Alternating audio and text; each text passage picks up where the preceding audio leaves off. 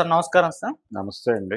Sir ఈ వారం box office వద్ద 2 సినిమాలు పోటీ పడబోతున్నాయి సార్. ఒకటి తమన్నా గారి 'ఓజెల 2' అండ్ కళ్యాణ్ రామ్ గారి 'అర్జున్ సన్ ఆఫ్ వైజయంతి' అని చెప్పేసి ఆ సినిమా గురువారం ఒక రోజు, శుక్రవారం ఒకటి రిలీజ్ కాబోతున్నాయి సార్. మరి 2 సినిమాలకు సంబంధించి కంటెంట్ ఆల్మోస్ట్ బయటకొచ్చేసింది. అంటే ట్రైలర్‌లు కూడా రిలీజ్ అవ్వడం చూసాం. మరి ఏ ట్రైలర్ మెప్పించింది? ఏ సినిమా పైన ఎక్స్‌పెక్టేషన్స్ ఇప్పుడు జనాల్లో క్రియేట్ అయిపోయింది? మరి సినిమా వద్ద అంటే బాక్స్ ఆఫీస్ వద్ద ఈ 2 సినిమాల్లో 'మంత్రశక్తి' వర్సెస్ 'మాతృమూర్తి' అంటున్నారు. మరి ఏది విజయం సాధించబోతుందని చెప్పేసి చర్చించుకుంటున్నారు. మరి మీ ఒపీనియన్‌లో ఈ సినిమాకి సంబంధించి ఏం చెప్తారు సార్? అంటే 'కళ్యాణ్ రామ్' 'బింబిసార' తర్వాత ఒక ప్రాపర్ హిట్ లేదు అతనికి. అవును. ఈ సినిమా కొంచెం ఎమోషనల్‌గా కనెక్ట్ చేసే పద్ధతిలో వాళ్ళు సినిమాని అలా రూపొందించినట్టుగా కనిపించింది మనకి. అంటే సినిమా చూశాను నేను, కాన్ఫిడెంట్‌గా చెప్తున్నాను అని మొన్న జూనియర్ ఎన్టీఆర్ గారు బలంగా చెప్పాడాయన. ఆయన చెప్పిన తర్వాత కొంత కాన్ఫిడెన్స్ పెరిగింది జనాలకి. కాన్ఫిడెన్స్ పెరగడంతో పాటు విజయశాంతి గారి మొన్న ట్రైలర్ లాంచ్ సందర్భంగా జరిగిన ఈవెంట్లో ఆవిడ మాట్లాడిన పద్ధతి జనాల్ని కొంచెం ఎమోషనలైజ్ చేసింది. అలాగే ఆవిడ రకరకాల ఇంటర్వ్యూల్లో మాట్లాడుతూ ఆ సినిమాని ప్రమోట్ చేస్తున్న పద్ధతి బాగుంది. దాని నుంచి ప్రస్తుతం ఆ సినిమాకు ఒక పాజిటివ్ వైబ్ అయితే క్రియేట్ అయింది. ఏది 'కళ్యాణ్ రామ్' సినిమాకి సంబంధించి 'అర్జున్ సన్ ఆఫ్ వైజయంతి' ఆ సినిమా అంటే కర్తవ్యం తాలూకా ఇన్ఫ్లుయెన్స్, కర్తవ్యం విజయశాంతి గారిని మళ్ళీ ఒకసారి చూడాలి అనేటువంటి అభిమానులు ఉన్నారు. వాళ్ళందరి అభిమానాన్ని తట్టి లేపటం అనే ప్రక్రియ పూర్తయింది. బాగానే వెళ్ళింది. కంటెంట్ జనాల మనసులోకి పంపించడంలో సక్సెస్ అయ్యారు. అలాగే ఆడియన్స్ నుంచి రెస్పాన్స్ కూడా మొదలైంది. దీన్ని చూడాలి అనేటువంటి ఒక ధోరణి కనిపిస్తోంది. అలా వాళ్ళు కొంతమేరకు పాస్ అయ్యారు ప్రమోషనల్ యాక్టివిటీస్లో. అక్కడ ఈ సినిమా కొంత మన 'ఓజెల' సినిమా వచ్చేసరికి కొంత తగ్గింది కంపారిటివ్గా. ఆయన మాత్రమే అంటే నిర్మాతగా రచ్చ దర్శకుడు.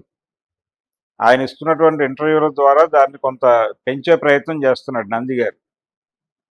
అది చాలదు, దానికి ఇంకా డోస్ పెంచాలి. ఆ పెంచడానికి సంబంధించిన కసరత్తు ఏదో చేస్తున్నాడు ఆయన.